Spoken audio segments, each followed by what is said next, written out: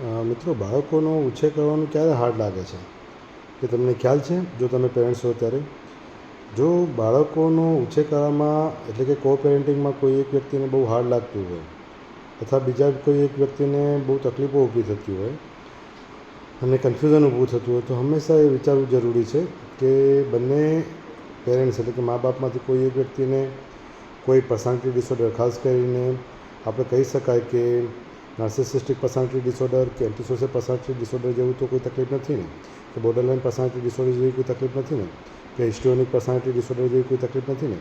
કેમ કે આવી પર્સનાલિટી ડિસઓર્ડરમાં કો પેરેન્ટ તરીકે તમે હો ત્યારે મેનેજ કરવું બહુ અઘરું છે.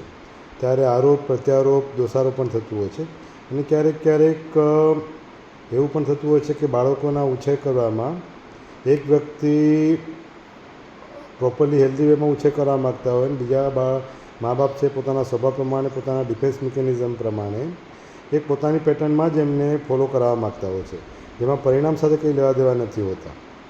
આવા કિસ્સામાં જ્યારે કોઈ હેલ્ધી પાર્ટનર છે એ જ્યારે એ બાબતને અટકાવે છે અથવા કોશિશ કરે છે ત્યારે બહુ ઇસ્યુ બને છે, ઘરમાં ઝઘડા થાય છે અને બે મા બાપ વચ્ચે ઝઘડા થતા હોય છે. ત્યારે એવું થાય છે કે તે મા બાપમાં ઝઘડા થાય છે તો મોટાભાગે ત્રીજા વ્યક્તિ જ્યારે આવે એટલે કે ટ્રાયંગ્યુલેશન ઊભું થાય છે. કોઈ ઘરમાં વડીલ હોય, મા બાપ હોય, સાસુ સસરા હોય કે હોય તો એવું લોકો કહેતા હોય છે કે આ બાળકોના કારણે ઝઘડા થાય છે. તો મિત્રો, અહીંયા ચોક્કસપણે એ જાણવું જરૂરી છે કે બાળકોના ક્યારેય ઝઘડા થતા નથી હોતા. બાળકોનો જન્મ થયો છે અને બાળકોને આપણે આપણી જિંદગીમાં લાવ્યા છે તો એના માટેની જવાબદારી આપણી છે, એ એના માટે જવાબદાર નથી. ઘણી વખત એવું થાય કે બે પાર્ટનરમાંથી એટલે કે મા અથવા બાપમાંથી એટલે કે મા અને પિતામાંથી કોઈ એક વ્યક્તિ સમય સાથે ગ્રો ન કરી શકતા હોય, ઇમોશનલી અને સાયકોલોજીકલી મેચ્યોર ન થઈ શકતા હોય, કેમ કે એમના પાસ્ટના એમના પોતાના અનુભવ અને અનહિલ ટ્રોમા જે કહી શકાય છે, એક અનુભવના કારણે, એમના ઉછેરના કારણે જે એક એમની પેટર્ન બની હોય છે એ પેટર્ન જ્યારે અનહેલ્ધી હોય છે અને એ અનહેલ્ધી પેટર્નને પકડીને બેઠા હોય અને એ પોતાની જાતને બદલવાની કોશિશ ન કરતા હોય ત્યારે એ બાળકોને અજાણ્યાપણે ટાર્ગેટ બનાવતા હોય છે કે આ બધી વસ્તુ થાય છે જનરલી બાળકોના કારણે થાય છે. તો મિત્રો, એક ચોક્કસપણે એ સમજવું જરૂરી છે કે બાળકોના કારણે થાય એવું નથી. જ્યારે આવા વ્યક્તિઓ મેરેજ કરતા હોય છે ત્યારે કોઈ પણ ત્રીજી વ્યક્તિઓ હોય અને એમની સાથે રહેતા હોય જે એમને સપોર્ટ ના કરતા હોય ખોટી બાબતમાં, એમના ડિફેન્સિવ જે ઇમેચ્યોર ડિફેન્સ મિકેનિઝમમાં એમને મદદ ન કરતા હોય તો એ વ્યક્તિની હાજરીમાં એ ભલે કોઈ એક્સ વાય જોડે, પપ્પા મમ્મી હોય, સાસુ સસરા હોય, ભાઈ બહેન હોય કે પછી તમારા મિત્રો હોય, ત્યારે ઝઘડા થશે જ. પણ જનરલી ચાર દિવાલમાં બાળકો હોય છે અને પાર્ટનર હોય છે એટલે આ વસ્તુ બહારની દુનિયામાં લોકોને ખ્યાલ હોતો નથી.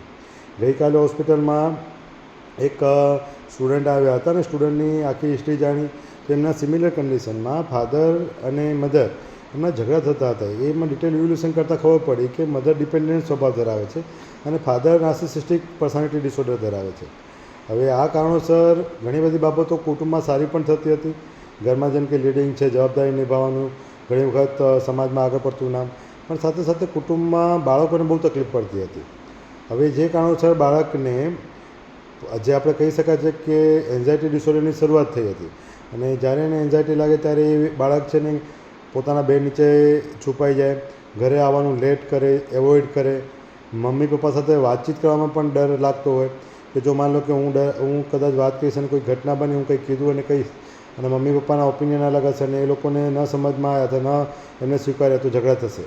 તો મિત્રો, આવા કિસ્સામાં ખાસ કરીને જે પર્સનાલિટી ડિસઓર્ડરના ટ્રીટ અથવા સ્વભાવ ધરાવનાર લોકોને પોતાની એ પેટર્ન વિશે ખ્યાલ નથી આવતો હોતો અને ઘણી વખત એવું પણ થતું હોય છે કે જેના કારણે બાળકો ભોગ બનતા હોય છે. તો આવા કિસ્સામાં પોતે મેચ્યોર થવું જરૂરી છે, ગ્રોથ કરવો જરૂરી છે. સાયકોલોજીકલી, ઇમોશનલી, માઇન્ડ મેનેજમેન્ટ કરીને, કાઉન્સેલિંગ કરીને પોતાનો ગ્રોથ કરાવવો બહુ જરૂરી છે. અથવા તમે રીડિંગ કરો તો પણ તમને ખ્યાલ આવે એવું શક્યતા છે. તો મિત્રો, આ બાબતમાં ધ્યાન રાખવી જરૂરી છે કે બાળકો ક્યારેય પણ મા બાપના ઝઘડા માટે કારણભૂત હોતા નથી. પણ દરેક મા બાપની પોતાની પર્સનાલિટીના ટ્રીટ એટલે કે સ્વભાવમાં અમુક ખામી રહેલી હોય છે દરેક વ્યક્તિમાં, એ હદ કરતાં એની તીવ્રતા વધી જાય અને તમે મેનેજ ન કરી શકો તમારી સાથેના લોકો માટે અને તમે તમારા સ્વભાવ પ્રમાણે જ વર્તન કરો અને તમે બીજાની લાગણી કે બીજાની પરિસ્થિતિને ન સમજો અને તમને હંમેશા એવું લાગે કે બીજા જવાબદાર છે અથવા તમે પછી બીજા લોકોને ફક્ત પોતાના જરૂરિયાત માટે સાથે રાખતા હોય, ઇમોશનલ નીડ, ફિઝિકલ નીડ કે ઇકોનોમિક નીડ માટે, તો આ વસ્તુ વિચારવી રહી છે. જો તમારે વિચારો, જો તમને એકલા રાખવામાં આવે અને કોઈની મદદ વગર તો તમે રહી શકો? જો તમારી પાસે જવાબ હા હોય અને તમે બીજા 10 જણને મદદ કરી શકતા હો તો ઇટ્સ ઓકે. પણ જો ના હોય તો તમારે વિચારવું રહ્યું અને તમારી જાતનો ગ્રોથ કરવો બહુ જરૂરી છે. Thank you.